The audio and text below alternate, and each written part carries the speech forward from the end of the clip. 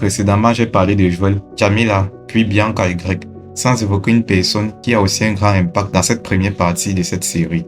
Elle s'appelle Enzola. Elle n'a que 16 ans en 1998. Par quoi pouvons-nous vraiment commencer quand on veut donner un profil d'Enzola, une des filles de l'oncle Roberto, directeur de l'école de Luanda? Parce qu'au début, elle est un peu mise de côté dans le récit de l'auteur par rapport à tout ce qui se passe. Par exemple, quand Joël arrive chez l'oncle Roberto, c'est plus sa grande sœur Lemba qui l'accompagne puisqu'ils sont dans la même classe. Enzola, quant à elle, reste le plus avec la petite sœur Nina. Progressivement, on constate qu'Enzola est une bonne élève qui aime bien étudier, comme quand elle veut étudier avec Joël. Même si elle est un peu introvertie, mais ça ne dérange pas, car c'est avant tout une bonne personne qui a le sens de la morale, de l'éthique. Par exemple, lorsqu'elle n'hésite pas de prendre la défense de Joël avec les autres contre ceux qui se moquent de lui. J'en parlais d'abord, c'est une élève exemplaire, qui aime bien suivre les cours, qui aime étudier, et déjà cela pour une jeune fille de son âge, ce n'est pas très courant. C'est une bonne élève, c'est une bonne fille, c'est une bonne sœur aussi. Ne regardez surtout pas les disputes qu'elle a avec sa sœur Lemba. C'est leur manière de montrer leur considération l'une envers l'autre.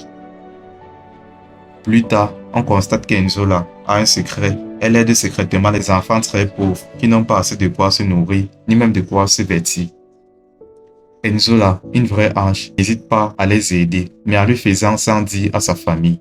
Sa grand-mère découvre, mais Enzola s'en va sans savoir que malheureusement c'est la dernière fois qu'elle la verra. Elle est malheureusement prise pour cible par une bande de trafiquants dans laquelle se trouvent Greg, William, le copain de Lemba, sa grande sœur, et Carlos, le frère de Bianca. Carlos, le frère de Bianca, étant là par accident, puisqu'il n'est pas un dealer comme le sont par exemple Greg et William. Mais peu importe, il participe à la scène, même s'il n'abuse pas d'elle comme tous les autres. Par grande tragédie, Enzola est retrouvée morte dans l'entrepôt.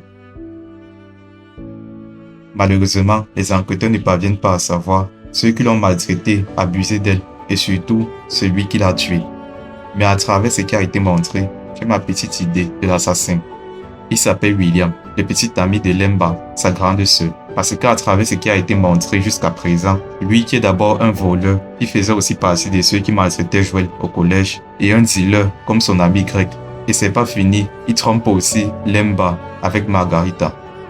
Ça fait vraiment beaucoup de défauts en son compte. William est celui qui est rentré en dernier après l'atrocité qui est arrivée à Enzola. Et de plus, il est souvent très gêné et même nerveux quand Greg et Carlos évoquent la question de qui a bien pu assassiner Enzola, elle qui était encore vivante après leur départ.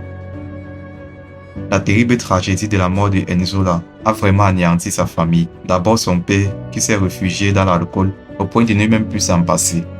Sa mère qui est très triste, mais qui garde quand même la tête sur les épaules, tout comme la grand-mère. Et enfin sa grande sœur Lemba, qui s'est mise à s'intéresser aux affaires des crimes et profils de criminels, disant qu'elle va faire tout son possible pour retrouver ceux qui ont abusé et assassiné sa petite sœur.